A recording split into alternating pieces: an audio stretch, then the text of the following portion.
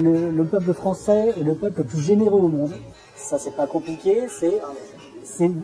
Quand vous regardez l'imposition qu'ils ont, c'est un des pays les plus taxés au monde. Il faut savoir que 80% du social est financé par le travail. D'accord?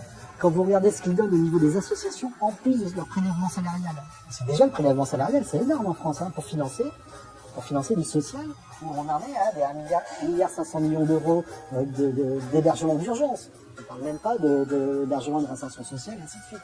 Quand vous avez en moyenne 100 arrivées par jour sur une ville sur Paris, on en est à 36 500 à l'année. Hein. D'accord? 36 500 à l'année. Donc ils annoncent régulièrement qu'ils ouvrent 8000 places. Et puis 3 mois après, ils en vendent encore autant. Donc en fait, des places s'ils veulent, ils en ont.